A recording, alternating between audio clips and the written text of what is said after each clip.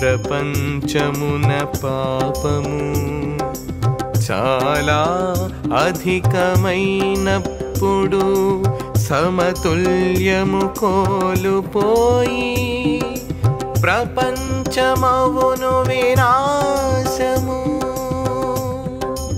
పాప పుణ్యముల మధ్య సమతుల్యము కాపాడుట ప్రతినిత్యం వీరి ధర్మమే, లేకున్న ప్రపంచనాశనమే.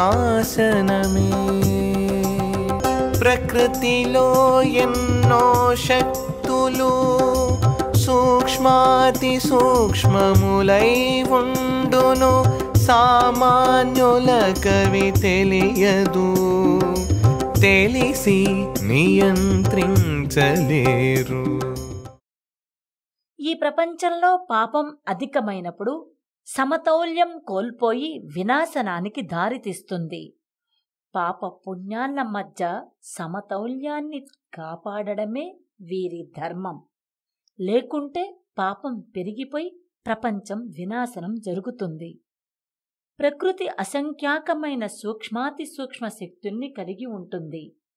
ఈ విషయాల్ని సామాన్యులు తెలుసుకోనూ లేరు, నియంత్రించనూ లేరు.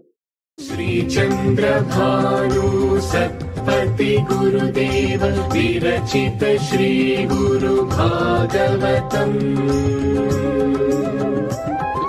స్వరలయ వికసిత సుమదన శోభిత శ్రీ గురు చరణ సమర్పిత.